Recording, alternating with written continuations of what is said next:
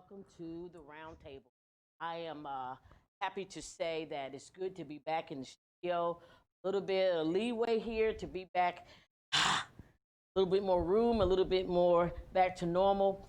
And I want to thank our listening audience for your patience and your endurance with our time during the pandemic that we have been using our annex and really trying to do the best we can with putting our show together, still giving out great conversation and great information, even during the pandemic. So, welcome back to the studio. Welcome back to the round table. Um, this today, I guess I don't have any form of fashion, but this is the month of domestic violence awareness. Now, there's other things like breast cancer awareness as well during the month of October, and we all have our thing, an advocate, and we have some great people fighting with and for. Um, but I believe one of the things that I'm supposed to highlight to is domestic. Being a person that has experienced domestic violence, uh, both as a child and as an adult, it is a passion in my heart to make this awareness to not just the world, because everyone knows about it, but to our neighbors, to ourselves, so that we can try as best as possible to eliminate or at least deter some of the movement in domestic. It is not going anywhere. I don't believe so. All the shows in the world not, I believe, eliminated only because evil is evil. As long as the devil is has a place here in the earth, we're going to have things domestic violence. But awareness allows us as people to combat what is coming at us. And for those who are unable to defend themselves, it also allows us to help and uh, help them. So this the month of October, for the whole month, this is going to be my topic in some form of fashion. What I would like to say is that there's so many different variances to domestic. Unfortunately, it is not a pretty topic. It is not a happy topic, but it is a necessity. It is a needed topic. We have to talk about domestic violence only because it's happening. And I'm going to even narrow it even further by saying not only is it happening, but it's happening even the more now during the pandemic. During the pandemic, um, domestic violence has heightened, has become even more. The victims used to have an escape of getting away from the person who victimizes them by either going out, going to school, or something like that. But now with this quarantine and us all being locked down at home, unfortunately, a lot more than I like to say, victims are being victimized often. And I want to zero into watching out. I can sit here and I can reminisce back in my own different little scenarios of domestic violence. And so when we think about domestic violence, I think sometimes we think all the way to the worst end of things, and we don't look at the small things times as domestic violence. But I want to read a couple of things to you that would identify. See, this is how we know when you're in a situation because we have identity to what is being said. And for me, the domestic violence is basically an intimate partner or someone within a close family or close relationship, a person that is using a certain pattern of behavior to gain or maintain power over and control an intimate partner.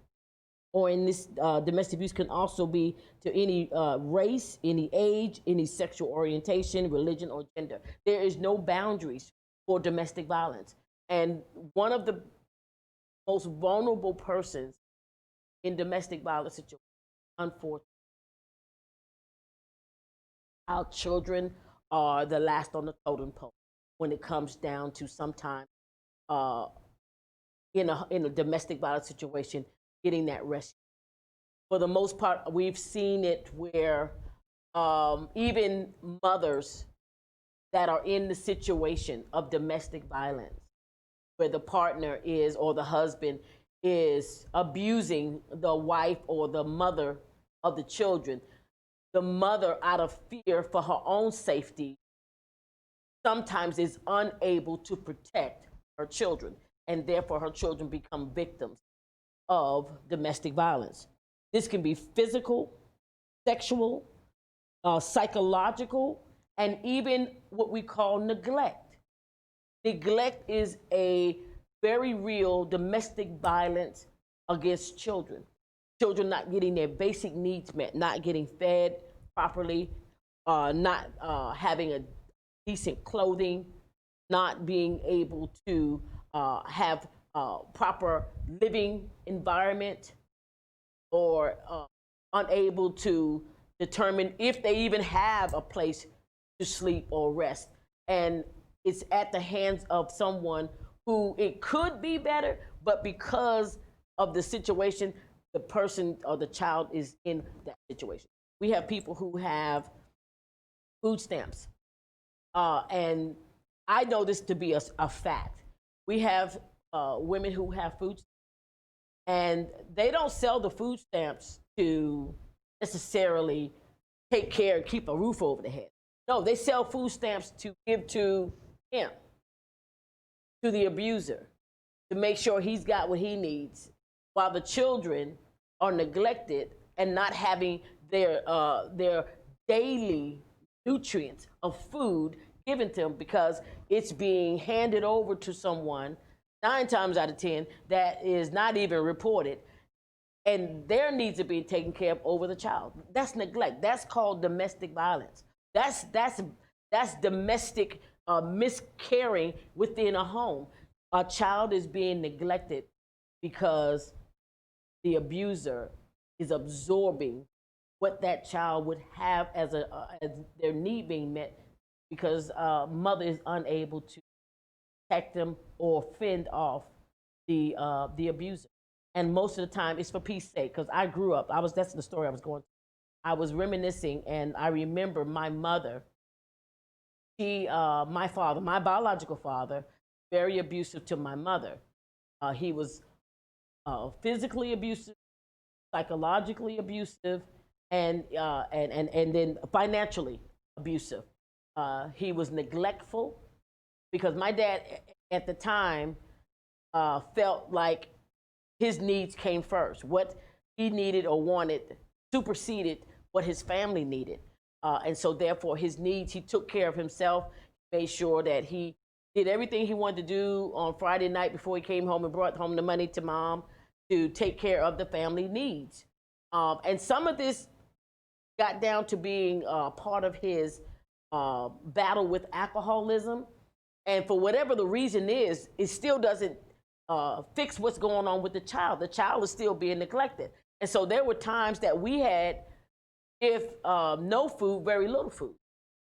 And so we had to do without in a lot of ways, because my father felt like his life or his pleasure of what he was doing out in the street more important than taking care of his family and doing what was necessary for us to have our needs met. Now, even if he brought every dime home, we weren't going to be rich. But we would have been in a better position of being cared for had my father had a mindset to not neglect family.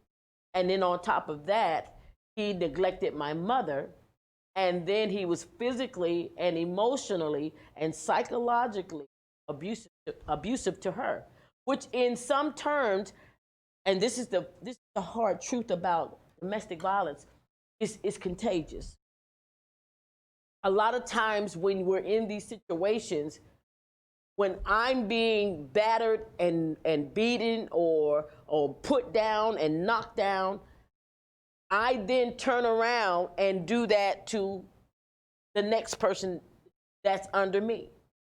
I then become the abuser or easily agitated or easily bothered, and so you become short with your children. Your children get a lot more whoopings and whops and pops because you're frustrated with your relationship with your spouse or your significant other, and the child takes the blunt end of that abuse. So the child ends up neglected and pushed aside, feeling unwanted and unloved. Is nothing worse than a child feeling like they're in their parents' way. I say that to parents sometimes because sometimes we take this thing called making ends meet more important than making our family work.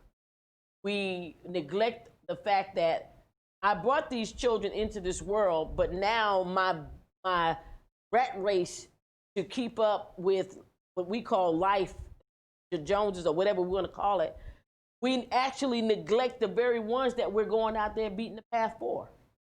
We neglect the children, or we become very short with the children that we're actually taking care of.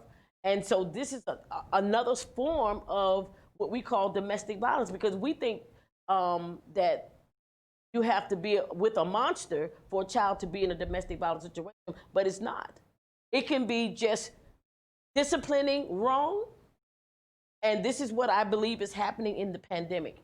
Frustration, and people are feeling closed in, jobs have been lost, finances are affected, people are feeling the crunch of the economy. We're feeling the and we have to talk about all of the negative energy and the negative spills that are going on in the world with the races and people thinking this and the voting and all of these other things that are bringing people to I call a point. It's kind of like it's getting to a point where people are ready to explode because of all the things that are going on in our world right now. And unfortunately, being at home with people who are on the edge, children catch it. Children are the one who take the blood because they're the one that everyone can dismiss. I know this to be so, and many of us probably do too. You know, there used to be a saying that said children should be seen and not heard. Well, I don't believe that. I don't believe children should be seen and not heard. I think there's a specific way children need to conduct themselves when it comes down to interrupting adults in a conversation. But I don't think that children should be seen and not heard is a good thing, because that's the environment that I grew up in, and probably so many of you, that domestic violence happened even the more. In other words, there was abuse, sexual misconduct happening because we're to be seen and not heard. In other words, I can't open up and use my voice to tell somebody that I'm in trouble. Why? Because children should be seen and not heard. And so a lot of people in my generation, this is probably our biggest downfall, because this was the game rule, that we didn't have a voice back then. We only were to be cute with our little dresses, to be polite, to be this, to be that, but nobody's telling or able to tell the Uncle Joe in the back room is touching me. I can't tell you that Aunt Bessie is making me do crazy stuff with her. Because why? I'm to be seen and not heard.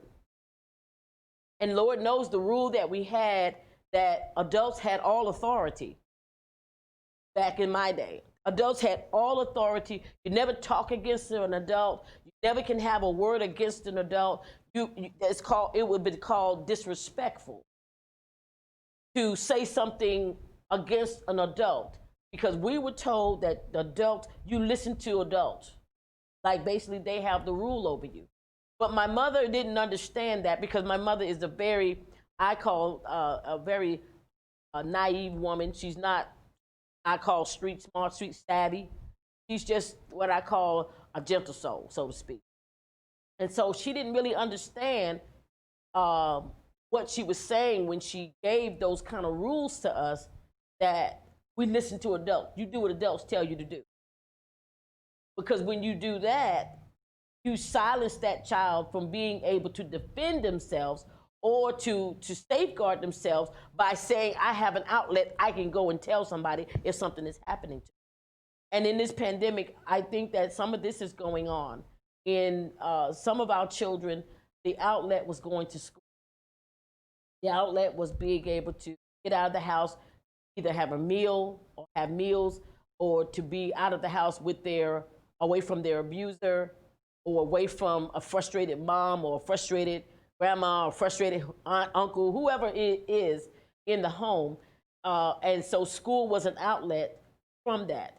But by everything being on lockdown, quarantine, and everybody's just kind of like a smoldering little fire here, these children are now at the mercy of their abusers, with no way of escape, with no outlet, with no relief, so to speak, unless that person leaves. And so I remember thinking back in the day, there were days that I was glad to see my father leave, only because his time at home, it seemed as though he didn't want to be there. And I'm sure it had everything to do with the fact that he wasn't in love with my mother. He just happened to have 7 children with her. And so, and this is the thing, I'm gonna put a disclaimer out there. I do not dislike my father. I love my dad. He is deceased and passed on since 2005. But I hold nothing to his charge. I love him. I pray that his soul has entered the kingdom. And so I'm gonna say that with that, been forgiven by me, and I hold nothing against him. But the facts remain the same. The facts are that when there's bad relationships sometimes between adults, grown folk, husband and wife, boyfriend and girlfriend, sometimes the children are the ones who catch the Hades. Sometimes it's the kids. Most of the time, it rolls downhill, and the children are the ones. They're the ones that, I'm frustrated with this man. I can't really say anything to him because he might beat the stink out of me. So what I do is, when the child asks me for a glass of water, I scream at them. You always do this. You always ask, you're this, you're that. And then we make it about the child asking for something that we really should not have a problem with them having. But because I'm frustrated, and I want you young ladies to understand this. This is not a put down. I want you to recognize that you're in a situation called abuse. You're in a bad situation, and whenever your bad situation is bad for you, the likelihood that you turn on your children are likely. The reason why sometimes our children end up spanked a lot is because we're frustrated. I remember during the summer months, and I know Mom's going to get me, but she tells the truth. I had her on my show before, so I'm not telling anything she said. But during the summer months, we used to get the most whippings in the whole world. I mean, every day we call it, somebody gonna get it. There's never a summer day that somebody wasn't gonna get it. And so, but a lot of this, I believe, was because my mother was so frustrated that a lot of noise, even to this day, my mother tendency to want quiet is there. A loud talking or loud screaming from children, I think this rattles her nerve. And so it shows still, and this is where I was going to go here on this part here and talk about the effects of it, of domestic violence. There's a study that was done back in September of 2019 that says that domestic violence can cause physical and emotional harm to children and young people in the following ways. They can have ongoing anxiety, depression, emotional distress, eating and sleeping disturbances. And so even that, it can roll down generations. My mother to me, to the grandkids, and so on and so forth. And sometimes this is some of the stuff we got to look for in children. We got to look for these depressed moments, or a child depressed or emotionally distressed. You know, why is this child beating up on his siblings? Why is this child eating just everything that comes in sight as if they hadn't eaten anything, or refusing food to the point where they are, you know, that they're deteriorating? Some of the things that we have to look for are sleeping. I know bedwetting is one of those things that you have to be careful about. You have to watch and see, why is this child, especially at a certain age, if it's not anything medically wrong with this child, why is this child wetting the bed? Why is this child having trouble sleeping in their own bed, or sleeping at all? Why is this child, you know, watch children that try to sleep fully dressed. Watch that. It could be something wrong, and you need to see, why is this child now doing something so totally different? Domestic violence for children is some of the worst, because they're at the bottom of a totem pole. They're at the bottom of the heap when it comes down to guarding and protecting themselves. What 2-year-old can defend themselves against a grown woman or a grown man that is on the attack at them? And if it's done in the silence of a home with no onlookers, who's protecting this child? And this is why I warn young women all the time. I talk to young women all the time, especially single mothers. I talk to single mothers. And when I say single mothers, I'm talking about, because I'm not just saying that this is only happening in single mother homes, because it's not. You have biological fathers who abuse their children, as well as biological mothers who abuse their children. So I'm not saying that. But I have a lot of conversation with single mothers. And I say this because the likelihood of a child being abused by someone that is not their biological is greater. And so when you're out and you are your children are in connection with someone that you have just met or don't know, or is not their biological father or mother, you have to be mindful. You cannot, first of all, I just don't believe in opening up your doorways to your children with people you just dating. No, there's no need for that person to have any connection or any contact with your children. I know we do that so quickly. We'll tell our kids we're on the third date. Here, this daddy so and so. They ain't daddy nothing. That's just Joe. Joe from down the street. I don't know Joe. And to make our children gravitate to a man that we want to be with because we like him, and Joe may not like your kids. And then what? And then when you tired of Joe, then the kids thinking, well, what happened to Daddy Joe? Well, this is how children, like I said, are on the bottom of the totem pole. They don't get to have a say about who's caring for them, who's loving them. It is up to us as parents and as guardians to guard and safeguard our children. And grandparents, when you see it, if you see something that is not good or not kosher, take a chance. Take a chance and say something. Question it. And any good parent would not be offended by that, because parents miss it sometimes. Why? Too close to the forest, too close to the trees rather, to see the forest. You're right up on the tree. You in the situation. You're not going to see it the way somebody would see it that's flying overhead. That's not in the situation. So sometimes you got to trust the people that you love with their aerial view of your life. Sometimes what you see, you in the bush. You're not seeing what somebody's seeing that's up over the situation. So if you love somebody and someone loves you, trust their opinion, trust their view on what they may see pertaining to you, your children, or someone that is closely connected to your children when it comes down to domestic violence. When you see things that don't look kosher, say something. I'd rather be offensive saying something than not be offensive and something go wrong and then I could have said. This is what we call safeguarding. This is what I call safeguarding.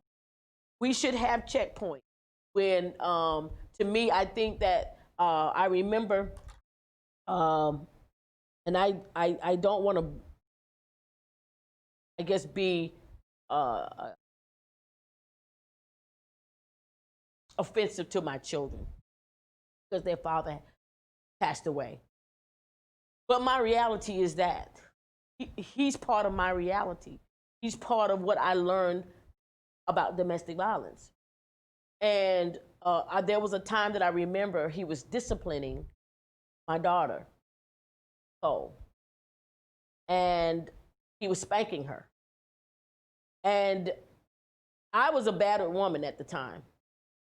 This is how come I know that this happens, that battered women sometimes find it very difficult to stand up and protect their children because they are afraid.